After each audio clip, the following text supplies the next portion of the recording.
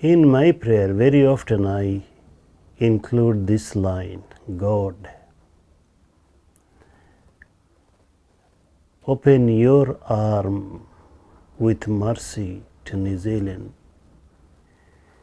as they had opened their arms for people like me.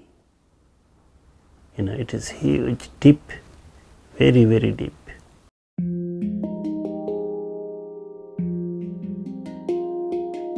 Farid Ahmed's words of forgiveness were heard around the world following a terror attack in Christchurch, New Zealand. I want a heart that will be full of love and will forgive lavishly. His words and stories offer both healing and hope for the future. If our heart is full of love, then peace will start from here. Episode 50. Living here in New Zealand is a privilege.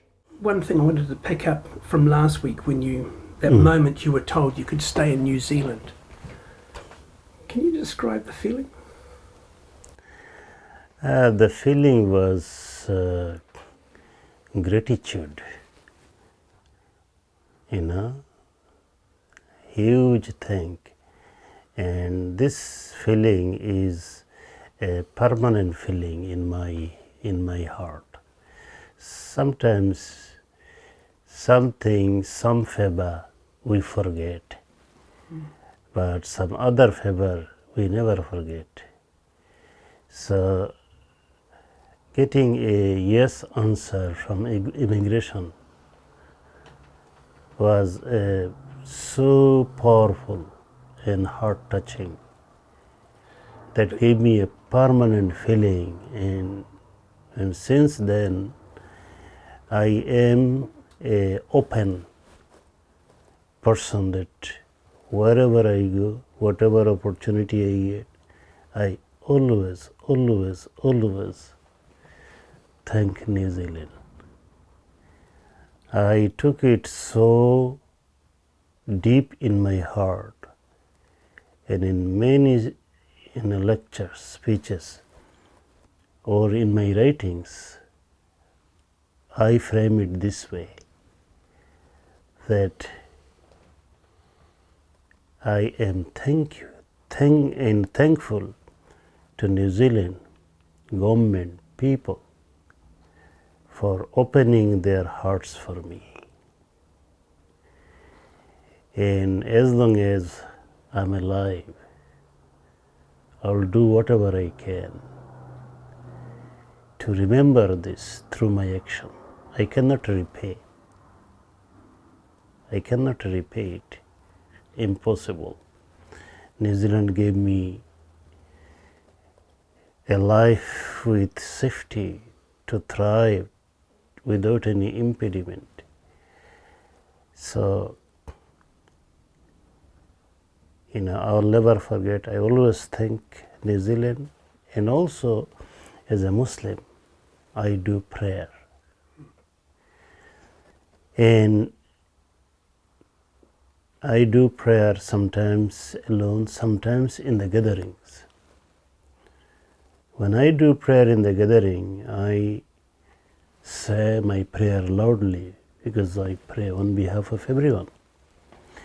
In my prayer, very often I include this line, God, open your arm with mercy to New Zealand as they had opened their arms for people like me. It is huge, deep, very, very deep. Hearing you say that is so moving, because I don't think people recognise the sense of gratitude that is accompanied with just being able to live here. Whether you were born here, whether you come here, it is a privilege to live in this country. It is a privilege. It's an honest country. Officers are honest. It's a country with fairness. Few years ago, I don't have the link, but someone did a survey, or an organization did a survey, that which country is considered a Muslim country, but they are not Muslim. A Muslim country for practice, for actions, for attitude, but they are not Muslim. And the top of the list was New Zealand because of their high moral. That's a fascinating point again. Yes, because of the high moral. I have seen it few years ago, and then we circulated, we talked about it quite a lot, that in terms of morality, New Zealand, even though they are practicing the good things that I as a Muslim should do. So it's removing the label, and you could say that, Yes. whether it was a Christian or Judaism or whatever it is. Whatever it is, but as a whole, New Zealand is practicing the high moral. And that melts my heart most. Because I could live in Bangladesh, I had lots of opportunities to go up. But my main problem was that it was not with high morality. So I wanted to find a world, a new place where I could come and I could practice my morality. I will not be forced by the system to become corrupt. I can be myself. And I received that from New Zealand.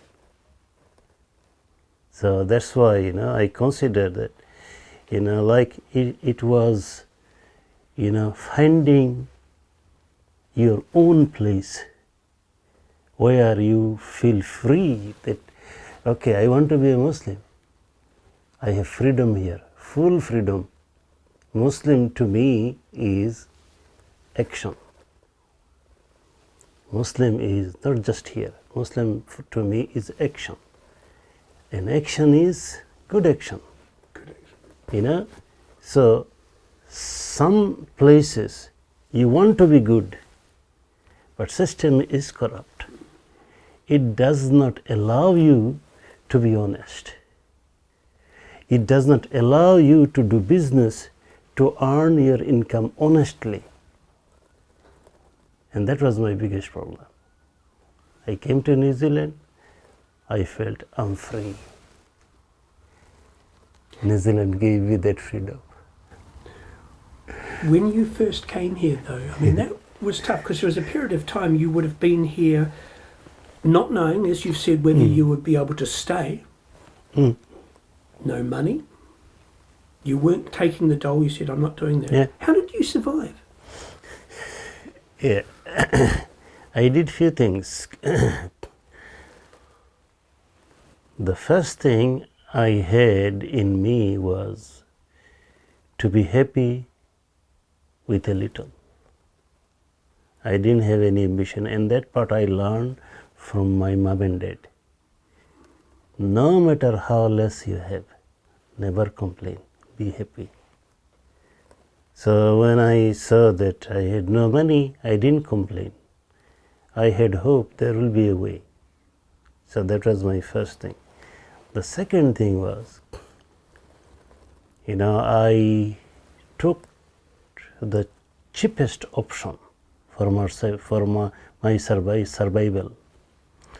For example, other week I mentioned, I went to the Salvation Army shop to buy a mattress for $2, to buy a blanket for $2. So I found another friend, so we took a cheapest flat, a cheapest 2-bedroom flat, and there we had one fry pan and another pot for cooking rice. That's all. 2 glasses from second-hand shops. And the mattress, we didn't have any bed, we could not afford it, and we didn't want that. We went to Salvation Army, $2 mattress. So that's how, he was also like me. So we had chosen the cheapest option for living, and that had reduced the financial burden. We quickly adjusted ourselves. The third thing I did not waste a day. Not a day. I didn't have work permit, so legally I could not ask for any work. But I became volunteer. Right. Yeah. Whatever I could do, I went and I said, you can use me as a free slave, because I like to do something for my physical and mental well-being. I don't like to sit down lazy and do nothing. That's not good for me. So allow me to be with you guys, do something. I can practice English with you. I'll be forced to learn English. I will learn from you what to do, and you can teach me, and you do not need to pay me 1 cent. That was my attitude, and that helped in a big time. So after a few months, I saw that some immigrants were coming from our side. I was good at reading and writing, because I used to be teaching English in a high school for 1.5 years in Bangladesh. And I also studied mechanical engineering in English medium. So that helped me. So I sort of became at one stage a full-time volunteer helping immigration matters. Translating, writing, assisting what to write, how to respond to this. I was busy. The interesting thing was, each one of them, they offered me money. I said, no. I don't want to do this for money. I want to do it for my pleasure, and I can learn, and I don't want money. Some friends, they were quite angry, when they became friends. They said, you are really stupid. You can at least per case, you can charge $500 or some return. You are suffering. You have no money. What are you? I said, hey, I am after the bigger things, not small 500. You wait and see. I'll get something bigger. No, we don't like your philosophy. You are too, simple. How are you going to survive? I said, yes. My mom and dad used to tell me that he is, so kind. How is he going to survive? But every time I struggle, I go one step high. This is me. So wait and see. Anyway, 2 people, they came to me and they said, now we are learning about you. You are stubborn.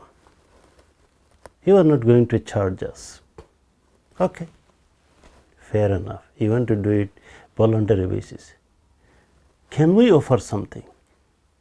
Yeah, what is your offer? What if we lend you money until you find work? I said, thank you. Now you are honoring me. Now you are honoring me about who I am. Now I can maintain my prestige and my good heart, my standard of thinking. that I need to be useful. So, you lend me money, and one day I hope I'll pay you back. If I die, you have to forgive me. Yes, we'll forgive you.